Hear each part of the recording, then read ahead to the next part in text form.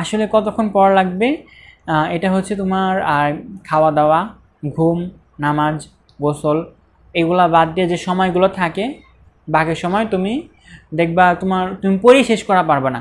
কত সময় আর কি পড়বা, সব সময় তোমার পড়ার পিছিয়ে দেওয়া লাগবে। তুমি মনে করো 2টা চ্যাপ্টার দিছে, সেই চ্যাপ্টার পুরোটা দাগাবা, লাগিয়ে সেটা পড়বা, পড়ার পরে আবার রিভাইজ দিবা, রিভাইজ দেওয়ার পরে অনুশীলনীর এমসিকিউ করবা, তারপরে সহায়ক বই আছে সেখান থেকে অন্যান্য রাইটারের বইয়ের এমসিকিউ সলভ করবা। এগুলো করতে করতেই দেখবা তোমার প্রিপারেশন নেওয়ার টাইম শেষ। তারপর আবার এক্সাম দিবা, সেই এক্সামের ভুলগুলো সলভ করবা, দেখবো তোমার টাইম এমনিই শেষ। তুমি টাইমই কুলাইতে পারতেছো না, তাহলে দেখবে তোমার পুরোটা সময় পড়ার পিছিয়ে যাবে যদি ভালো মতো পড়ো। আর যদি আবল তাবল পড়ো তাহলে তো মনে করো তাহলে কিন্তু হবে না।